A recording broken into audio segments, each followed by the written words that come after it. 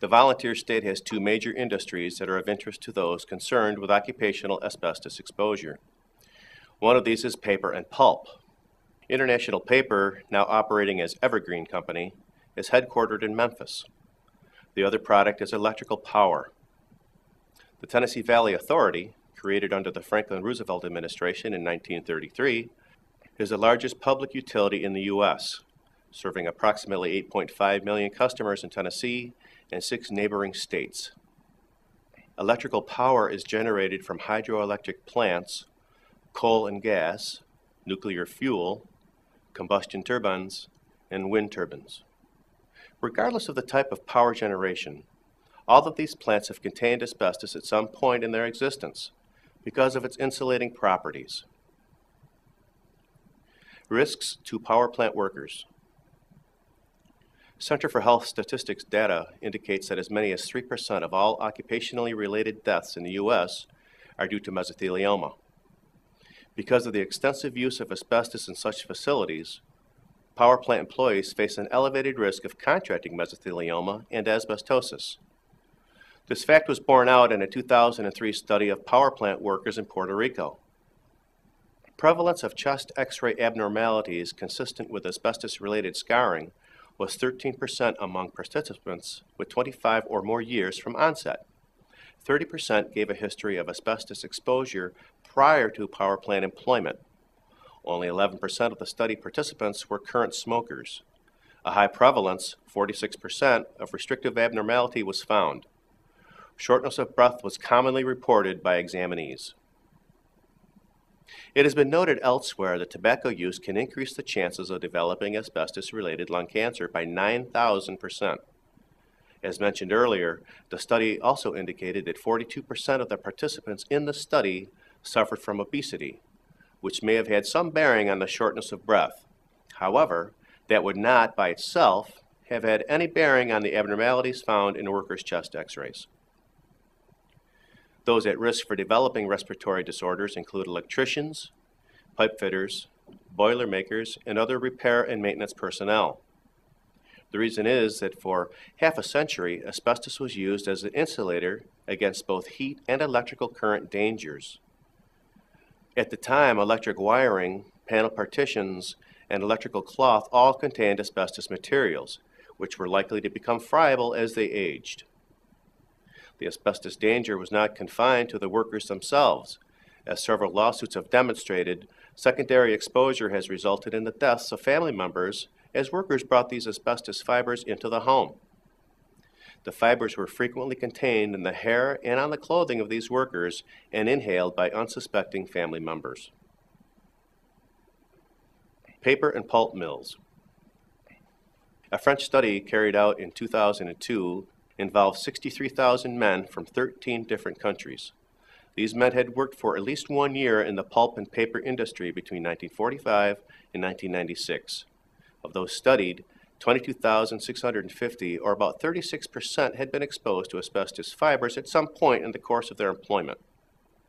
14 of them had died from pleural cancer or mesothelioma. The remaining 47,000, who had not been exposed to asbestos on the job, had half the overall rate of mesothelioma of those who had. Statistics for Tennessee. Tennessee has 4 major population centers: Memphis, which is the state's largest city; Nashville, the largest metro region overall; Chattanooga; and Knoxville. The remainder of the state is primarily rural. Most of the state's 676 victims of asbestos diseases during the 2 decades prior to 2000 were from these population centers. Mesothelioma cases outnumbered asbestosis ones by approximately 2 to 1. Legal resources in Tennessee. A search through the Tennessee Federal District Court cases for asbestos-related personal injury product liability lawsuits brings up 2 lawsuits from 2006 and 2007. However, each of these cases is a petition for removal from asbestos litigation, not a lawsuit brought by an individual affected by an asbestos-related disease. Tennessee is ranked 24 in the U.S. for mesothelioma cases. With a mesothelioma mortality rate of 7.09 per million, Tennessee has a crude mortality rank of 46 in the country. Tennessee has two known asbestos-exposed areas, the Chattanooga Nuclear Powerhouse in Chattanooga and DuPont in Hickory. Individuals living or working near these areas should be checked regularly for signs of mesothelioma in order to file any lawsuits within the state's statute of limitations. While many of these sites have been inspected and some have been cleaned up, anyone who worked or lived in these areas before asbestos contamination was reported can still be affected. Also, it is important to keep in mind that these are only known asbestos sites. Other areas in the state may also contain asbestos, but may have not yet been reported as such. Tennessee has seen a number of key asbestos cases and incidents. Asbestos dust from disintegrating floor tiles was discovered at the Chief Sorting and Collection Facility for the U.S. Postal Service in Oak Ridge, Tennessee. In May of 2007, OSHA reported that asbestos exposure was a risk to the employees there, who could get asbestos on their skin and clothing via contact with the mail cases, mail totes, and mail trays. At first, the Postal Service was fined $1,500 by OSHA for what it termed a serious housekeeping violation. Later, however, an appeal reduced the fine by half. Both USPS and OSHA officials announced that a plan had been determined for addressing the floor tile problem until a $90,000 project to replace the tiles is completed. The floor would be mopped and vacuumed daily. The safety manager for the Postal Service Tennessee District said that air quality evaluations found no immediate hazard to workers. Another Tennessee asbestos case occurred in the summer of 2007 when James Wees, a Tennessee resident, filed an asbestos suit in Madison County Circuit Court.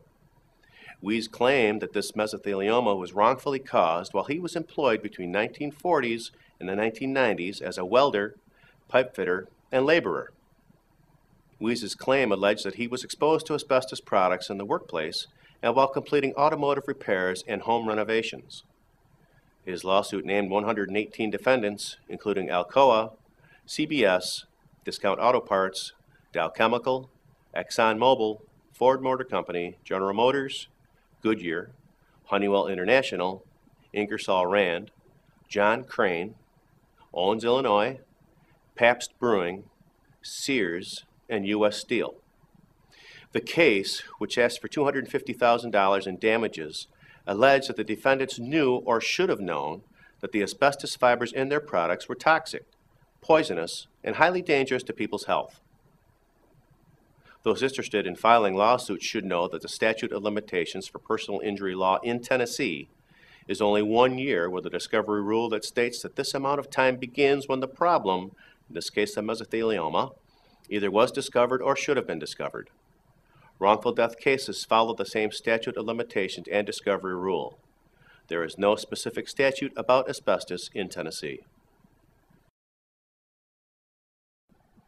Thank you for watching.